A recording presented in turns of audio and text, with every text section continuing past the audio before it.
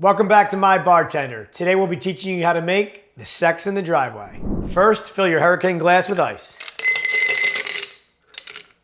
Then add 2 ounces of your favorite vodka.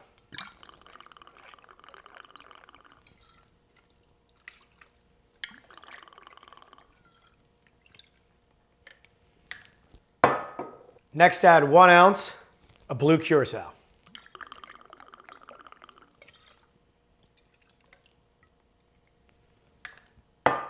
Then add 1 ounce of peach schnapps.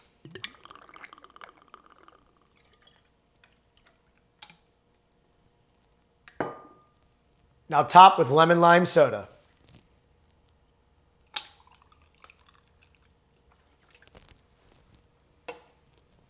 And use your bar spoon to stir.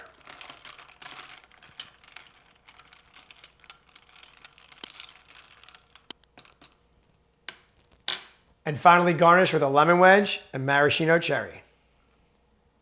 And that's how you make sex in the driveway. Cheers.